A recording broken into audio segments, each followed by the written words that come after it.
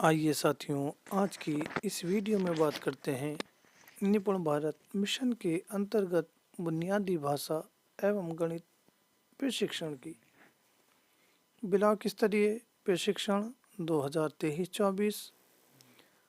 ये 4 दिवसीय शिक्षक प्रशिक्षण।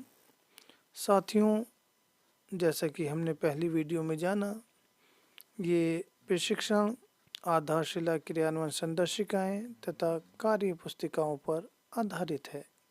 समय समय पर हमें आधारशिला क्रियान्वयन संदर्शिकाएं कार्य पुस्तिकाएं मिलती रही हैं।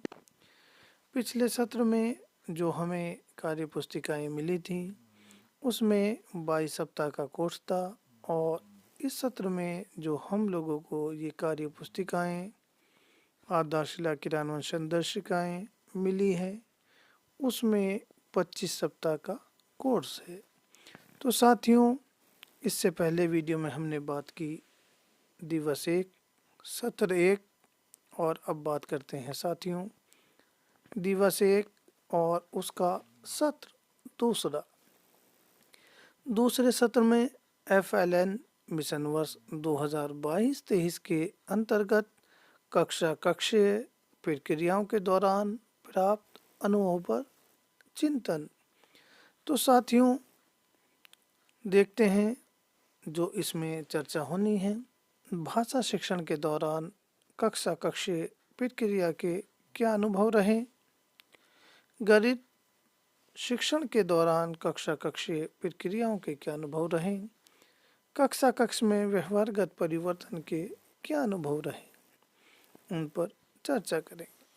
तो साथियों, शिक्षक संदर्शिकाओं का उपयोग कैसा रहा, कार्य पुस्तिकाओं से बच्चों के सीखने में क्या प्रभाव पड़ा, आकलन प्रक्रिया से क्या लाभ हुए, साथ साथ साथियों सहायक शिक्षण सामग्री का उपयोग कैसा रहा, क्या चुनौतियां आईं और आपने उनके क्या समाधान निकाले, आदि पर इस सत्र में चर्चा होगी।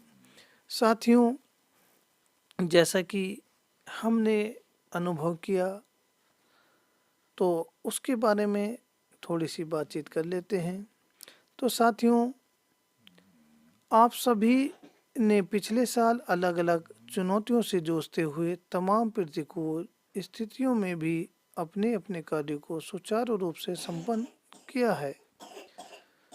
आपके इन्हीं बेहतर प्रयासों के चलते कक्ष में बच्चों का सीखना बढ़ा है।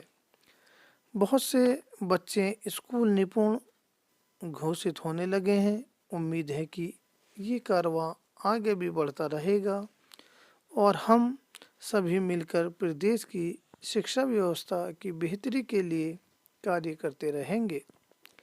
आप सभी लोग जिस जुझारूपन के साथ कार्य कर रहे हैं उसके लिए हमें अपना उत्साह बढ़ाना चाहिए। पिछले साल में कार्य करते हुए हमें अलग अलग तरह के अनुभव हुए होंगे। कुछ अनुभव अच्छे रहे होंगे, कुछ हमें चुनौतियों की तरह लगे होंगे, और उनमें से कई लोगों ने ऐसी भी चुनौतियों के कुछ समाधान भी खोजे होंगे। तो साथियों, देखते हैं क्या क्या अनुभव रहे, क्या क्या चुनौतियां आईं और उनके क्या समाधान रहे। इस सत्र में यही चर्चा होगी।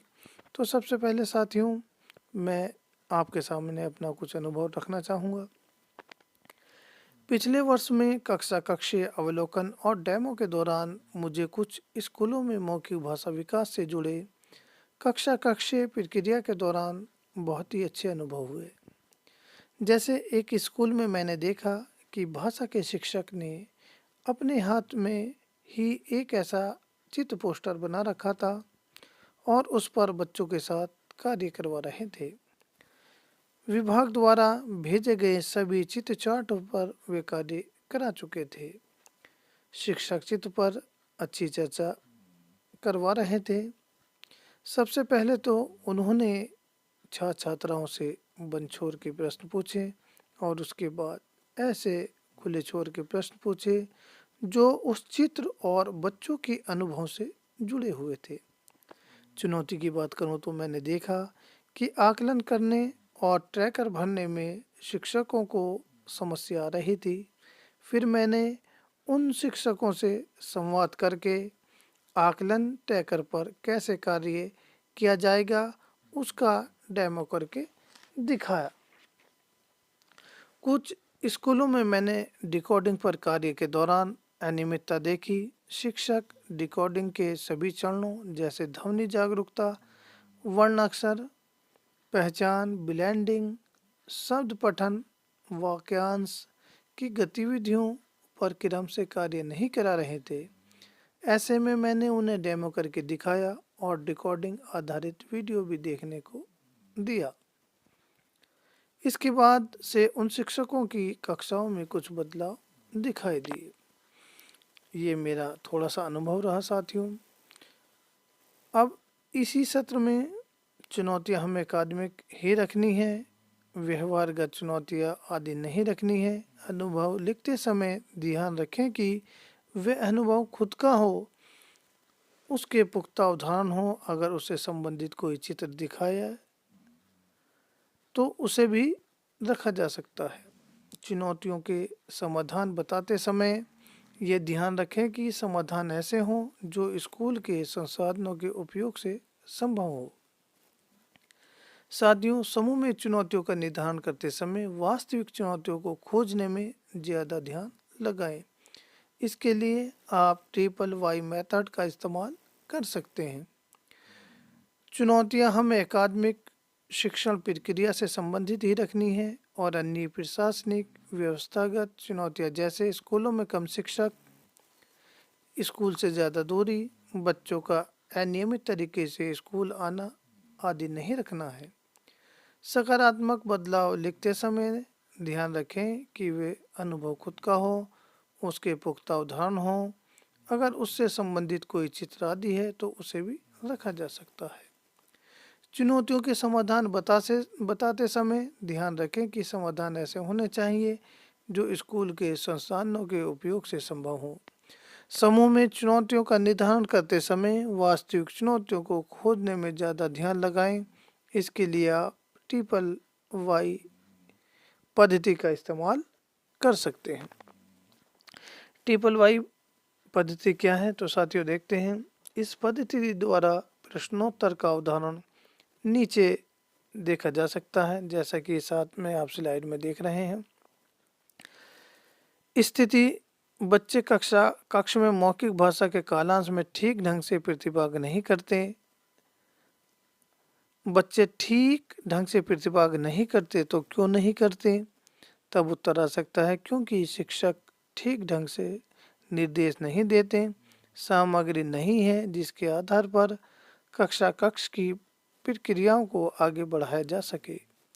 अब इसके संदर्भ में प्रश्न हो सकता है, आखिर शिक्षक निर्देश नहीं दे पाते तो क्यों? तब उत्तर आ सकता है क्योंकि शिक्षक संदर्शिकाओं के चरणों के अनुसार कार्य नहीं कर रहे हैं। अब इसके संदर्भ में प्रश्न हो सकता है कि शिक्षक संदर्शिका के चरणों के अनुसार कार्य नहीं कर रहे हैं तो क्यों? तब उत्तर आ सकता है क्योंकि शिक्षक संदर्शिकाओं पर शिक्षक की समझ नहीं बन पाई है।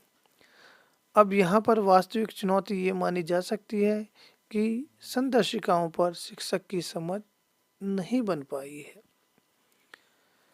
अब साथियों के बीच समूह कार्य किया जाएगा और उस पर चर्चा होगी।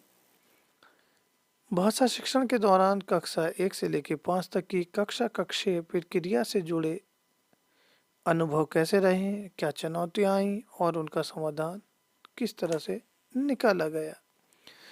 तो साथियों, इन्हीं पर ये चर्चा होगी।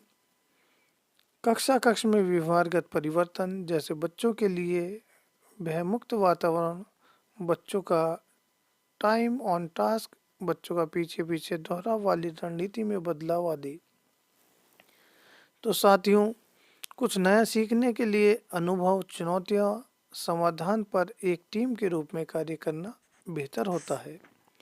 इस सत्र में हमें बहुत से ऐसे तरीकों को जान पाएंगे जिनके माध्यम से कक्षीय प्रक्रियाओं में बदलाव किया जा सकता है। साथ साथ साथियों, व्यवहारगत परिवर्तन है तो मुख्य बात है, जैसे कक्षा में बच्चों को बोलने के ज़्यादा से ज़्यादा मौके देने चाहिए, क्योंकि बच्चे ज़्यादा सक्रिय रूप से प्रतिभा कर पाएंगे। बच्चों द्वारा अनुकरण करने में पढ़ने से बचना चाहिए। जोड़ियों, समूहों, स्वतंत्र रूप से पढ़ने के मौके देने चाहिए। साथियों, अब अनुकरण वाचन को इस प्रशिक्षण के जरिए से मना किया गया है। अब हम लोगों को समूह में कार्य स्वतंत्र रूप से पढ़ने के लिए ज़्यादा मौके देने हैं। इसके साथ साथ साथियों, बच्चों की घर की भाषा को कक्षा में स्थान देना चाहिए। बच्चों को देख देख कर लिखने की बजाय रचनात्मक लेखन के अवसर देने चाहिए। तो साथियों, पहले दिन के दूसरे सत्र में हमने चर्चा की, क्या क्या अनुभव रहे, क्या क्या चुनौतियाँ आईं और उनका समाधान किस तरह से निकाला जा सकता है। इसी के साथ आज की इस वीडियो में हमारी बात पूरी होती है। शुक्रिया का साथियों।